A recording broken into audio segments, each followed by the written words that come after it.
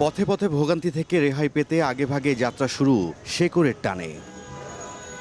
এবারের ঈদে লম্বা ছুটি, সোমবার থেকে শুরু হচ্ছে ঈদ যাত্রা। তবে তার আগেই বাস কাউন্টারে বেড়েছে যাত্রী চাপ। শিক্ষা প্রতিষ্ঠান ছুটি থাকায় বাড়ির পথ ধরেছেন কেউ কেউ।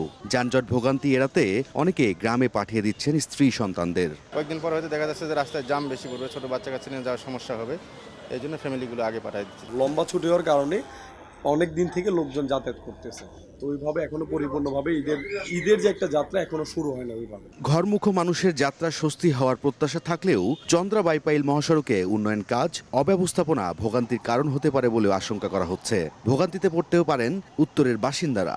চালকরা বলছেন সাধারণ দিনে 10 মিনিটের পথ পাড়ি দিতে লাগছে 2 থেকে 3 ঘন্টা।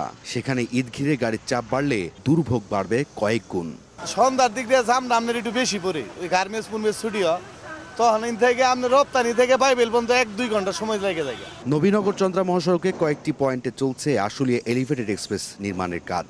ইট বালু সহ নানা নির্মাণ সামগ্রী সড়কে রাখা। হাইওয়ে পুলিশ বলছে নবীনগর চন্দ্রা ও আব্দুল্লাপুর বাইপাইল মহাসড়কের 11টি পয়েন্টে ভোগান্তির শঙ্কা রয়েছে।